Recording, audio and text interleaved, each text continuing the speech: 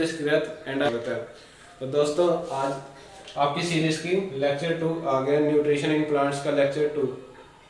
सो जैसे कि last lecture में दोस्तों हमने पढ़ा था कि न्यूट्रिशन क्या है, न्यूट्रिएंट्स क्या है और न्यूट्रिशन के टाइप्स, जो कि हमारे क्या थे, ऑटोट्रॉफिक और हेटरोट्रॉफिक। उसी की सीरीज में हमारे पास फर्स्ट नंबर पे आता है ऑटोट्रॉफिक। ऑटोट्रॉफिक में हमने पढ़ा था ऑटोट्रॉफिक ऐसे ऑर्गेनिज्म जो कि अपना खाना बनाएंगे खुद, मतलब कि वो अपना खाना खुद बना सकते हैं, अपने फूड रिक्वायरमेंट को पूरा कर सकते हैं। ठीक है, तो उसमें मैंने एग्जांपल दिया था आपको प्लांट्स का। प्लांट्स बेसिकली क्या है, हमारे फूड प्रोड्यूसर हैं, पूरे हमारे इकोसिस्टम के लिए पूरे वो है फूड प्रोड्यूसर, मतलब कि अपने लिए तो खुद पहले खाना बनाएंगे, दूसरों को तो बाद में देंगे। ठीक है, तो अब बात आती है हाउ, कैसे बनाएंगे वो खाना। तो इसका जवाब देंगे हम फोटोसिंथेसिस। तो पूछेंगे फोटोसिंथेसिस क्या है। फोटोसिंथेसिस एक ऐसी प्रोसेस जिसमें फोटो का मतलब है लाइट, जो कि आप यहाँ पे देख सकते हैं लाइट, और सिंथेसिस का मतलब है कंबाइन। मतलब कि फोटोसिंथेसिस को मैं ये कह सकता हूँ कि ऐसी प्रोसेस जिसमें लाइट का यूज हो रहा है किसी चीज को जोड़ने में, किसी चीज को बनाने में। अब बन तो एक ही चीज सकती है, फूड। जैसे इसमें लिखा हुआ है in this process plants prepare their food. अब आप पूछेंगे क्या बनेगा फूड में, राजमा चावल, छोले चावल? नहीं, इसमें बनेंगे कार्बोहाइड्रेट्स का, जो कि आप आगे पढ़ेंगे। ठीक है, तो अगला क्वेश्चन आता है वेयर। वेयर में क्या आएगा आपके पास, वेयर की आपकी फूड बन कहाँ पे रहे, आसमान में तो बनेगा नहीं, तो इसमें फूड का लोकेशन आएगी लीफ पे। अब लीफ में ऐसी कुछ खास बातें हैं जो कि हम अभी पढ़ने वाले हैं, तो इसी पे इसका नाम दे रहे हैं food factory of the plant. मतलब कि एक ऐसी फैक्ट्री है जहाँ पर प्लांट अपना फूड बनाने वाला है। तो फैक्ट्री है तो उसे रॉ मटेरियल्स की जरूरत बिल्कुल पड़ेगी, और उस रॉ मटेरियल्स को ट्रांसपोर्ट करने वाले भी हम एलिमेंट्स पढ़ेंगे। ओके, तो दोस्तों जैसे मैंने अभी बताया था आपको कि प्लांट्स की फूड फैक्ट्री क्या है, लीफ। मतलब कि प्लांट्स का फूड कहाँ पे बनने वाला है, लीफ में। ठीक है, लीफ में प्रोसेस होगी फोटोसिंथेसिस, समझ आ रही है। तो उसके बारे में अब हमें पता है, फैक्ट्री है मतलब कि प्रोडक्शन भी हो रही है, तो उसकी अब मैन्युफैक्चरिंग के लिए, प्रोडक्शन के लिए चाहिए होते हैं रॉ मटेरियल्स। बिल्कुल ठीक है, तो फोटोसिंथेसिस प्रोसेस के लिए भी हम पढ़ेंगे रॉ मटेरियल्स की, कौन कौन से रॉ मटेरियल्स की रिक्वायरमेंट रहती है, कौन कौन से रॉ मटेरियल्स हमें काम आते हैं फोटोसिंथेसिस प्रोसेस करने में। ठीक है, तो सबसे पहले आता है वाटर और मिनरल्स। वाटर और मिनरल्स हमें पता है कि सोइल में प्रेजेंट होते हैं। ठीक है, अब पानी तो अंडरग्राउंड ही रहता है, तो पानी जो है जमीन में रहेगा, सोइल में रहेगा। लेकिन क्वेश्चन आता है कि वो पानी लीव्स तक कैसे पहुंचेगा।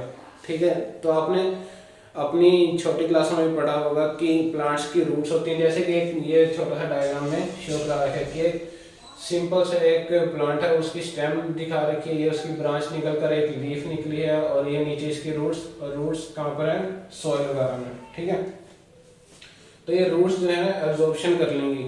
ठीक है, रूट्स एब्जॉर्ब कर लेंगी वाटर और मिनरल्स को। उसके बाद क्वेश्चन आता है कि भाई ट्रांसपोर्टेशन कैसे आएगी।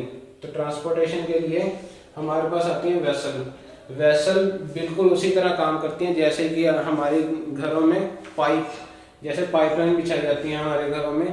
किसके लिए, कि भाई जब हम मोटर चलाएं तो मोटर जो है अंडरग्राउंड वाटर को ऊपर टैंकी तक लेकर जाए। ठीक है, पाइप्स के थ्रू।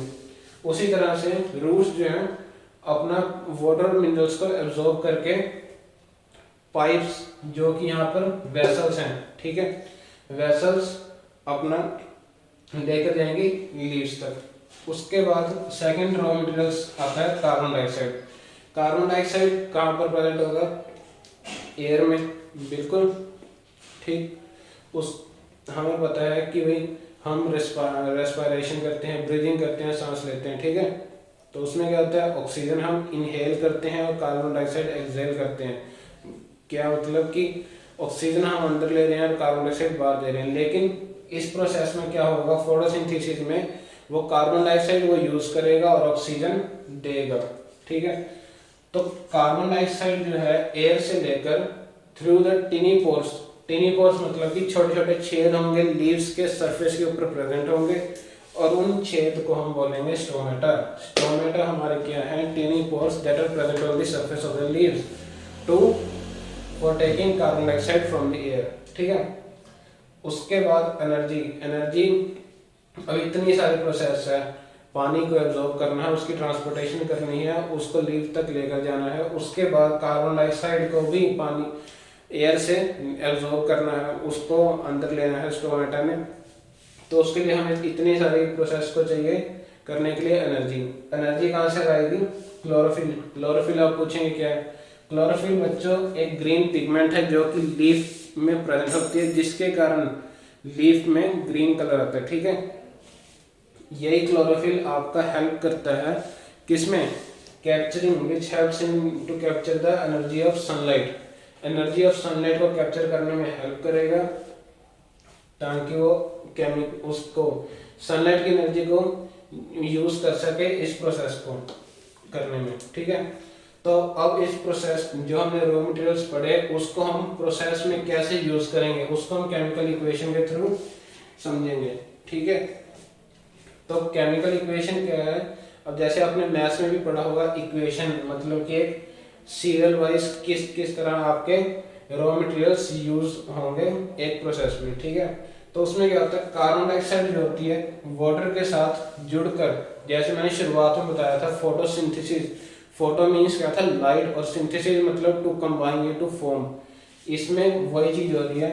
फोटो मतलब कि लाइट, लाइट यहाँ पर क्या चीज है, सनलाइट, मतलब कि सनलाइट यहाँ पर एनर्जी प्रोवाइड कर रही है, और कंबाइन कौन हो रहा है, कार्बन डाइऑक्साइड और वाटर, किसकी हेल्प से, क्लोरोफिल की हेल्प से, विद, और उस एनर्जी कौन प्रोवाइड कर रहा है, सनलाइट।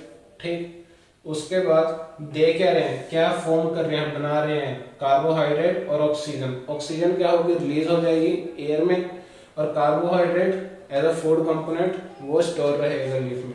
ठीक, उसके बाद अब मैं आपसे क्वेश्चन पूछता हूँ कि आपने प्रोसेस पढ़ी, आपने वाटर मिनरल्स के बारे में पढ़ दिया कि कैसे वो ट्रांसपोर्ट होते हैं, कैसे अब्जॉर्ब होते हैं।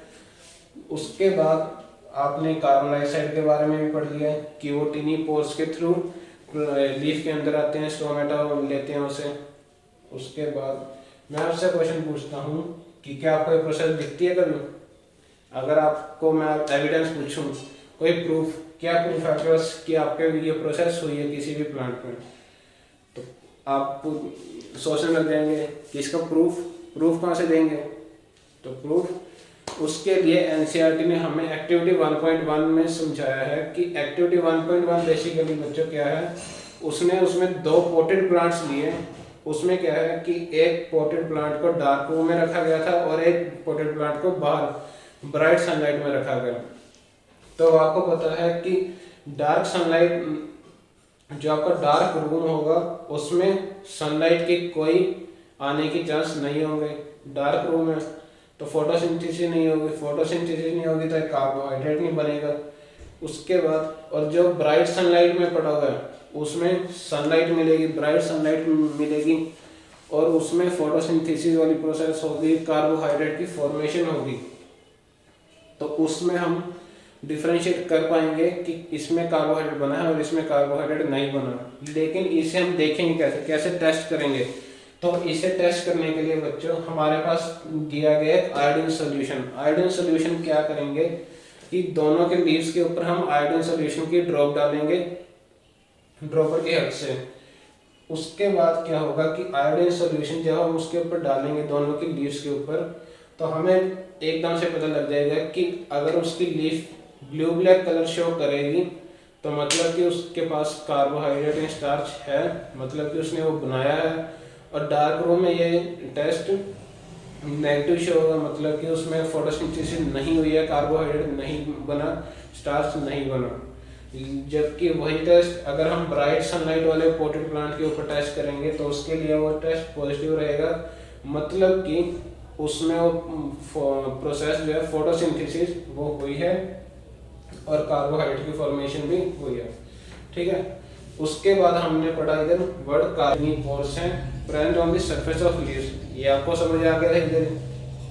लेकिन इधर कुछ है खास बातें, बिल्कुल स्टार मार्क बातें। ठीक है, जो आपको बहुत ज़्यादा काम आने वाली है। स्टोमेटा 2 बीन शेप सेल्स से कवर्ड रहता है, सराउंडेड रहता है। अब बीन क्या होता है? बीन मतलब कि राजमा जैसी शेप होती है। अब ये जैसे आप देख सकते हैं, इधर बीन और इधर बीन, ये 2 हमारे गार्ड सेल्स हैं और बीच में हमारी स्टोमेटल ओपनिंग, मतलब कि स्टोमेटा हमारा 2 गार्ड्स की हेल्प से प्रोटेक्टेड है। दोनों तरफ उसकी प्रोटेक्शन के लिए 2 गार्ड स्टोमेटा की। ठीक, उसके बाद हम पढ़ेंगे स्टोमेटा के फंक्शन। स्टोमेटा का फंक्शन क्या है? सबसे पहला फंक्शन तो यही था कि कार्बन डाइऑक्साइड लेने में हेल्प करता है फोटोसिंथेसिस प्रोसेस के लिए। दूसरा फंक्शन जो है बहुत ही इंपॉर्टेंट है, जो आपका एक्सेस वाटर होता है वो आप एक्सक्रीट आउट करना पड़ता है। उसी तरह से जो प्लांट का एक्सेस वाटर होगा, एक्सेस वाटर अमाउंट होगा, वो भी इन अ प्रोसेस कॉल्ड ट्रांसपिरेशन के थ्रू वो एक्सक्रीट आउट हो जाएगा। मतलब कि ट्रांसपिरेशन जो है एक प्रोसेस है जिससे जो आपकी प्लांट बॉडी का एक्सेस वाटर होगा वो एक्सक्रीट आउट होने वाला है। ठीक है, उसके बाद हम एक दिमाग में क्वेश्चन आता है कि डेजर्ट प्लांट्स में तो पानी वैसे ही थोड़ा रहता है, लेकिन अगर वो ट्रांसपिरेशन कर लेंगे तो पानी और कम हो जाएगा। तो यहाँ पर वो फोटोसिंथेसिस के प्रोसेस में गया तो उसका आंसर रहेगा कि डेजर्ट प्लांट्स के पास सबसे पहले तो लीव्स नहीं होते। इतना हम सबको पता है कि डेजर्ट प्लांट्स के पास लीव्स नहीं होते, कांटे होते हैं। कांटे बोले तो स्पाइंस, मतलब कि पतले पतले ब्रीक ब्रीक स्पाइंस होते हैं। और दूसरा इधर जो होता है स्केल्स स्पाइंस वगैरह होते हैं, जिसके कारण उसका सरफेस एरिया कम हो जाता है और स्टोमेटा बिल्कुल कम प्रेजेंट होते हैं और स्टोमेटा खुलने के चांस कम रहते हैं। ठीक है, जिसके कारण लॉस ऑफ वाटर जो है बहुत कम हो जाता है, मतलब कि उसका पानी का अमाउंट बच गया। बात करते हैं कि अगर अब हमने तो कह दिया कि लीफ का सरफेस कम कर दिया, मतलब कि स्पाइंस उसके रख दिए, कांटे रख दिए ब्रिक ब्रिक, तो उसमें उसके सरफेस एरिया कम हो गया। कि अगर मैंने लीफ का उसके स्पाइंस को मतलब छोटे छोटे ब्रेक ब्रेक कर लिए तो उसमें क्लोरोफिल भी बिल्कुल कम हो गया होगा। और क्लोरोफिल कम है तो सनलाइट कम आएगी, एनर्जी कम आएगी, एनर्जी कम आएगी तो उसमें स्टोमेटा मैंने बताया था कम है, स्टोमेटा कम है तो उसमें कार्बन डाइऑक्साइड भी कम होगी। ठीक, तो मतलब कि सब कुछ कम कम कम हो रहा है, लेकिन और पानी भी कम था, लेकिन वो फोटोसिंथेसिस अपनी पूरी करता है। सिंथेसिस करते हैं स्टेम के थ्रू।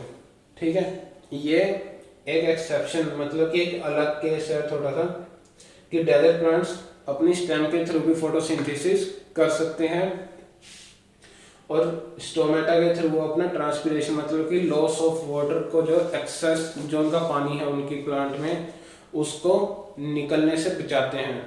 ठीक है, डेजर्ट प्लांट्स इसी कारण से उनके पास स्पाइंस होते हैं, लीव्स नहीं होते हैं। ठीक है बच्चों, तो इसी के साथ तो वीडियो को यहीं पर स्टॉप करते हैं और वीडियो को पूरा देखने के लिए बहुत बहुत थैंक यू। और वीडियो को लाइक कर देना, शेयर कर देना और भाई का चैनल सब्सक्राइब बिल्कुल कर देना। और खुश रहिए, खुशियाँ बांटते रहिए और इसी के साथ have a nice day. Thank you.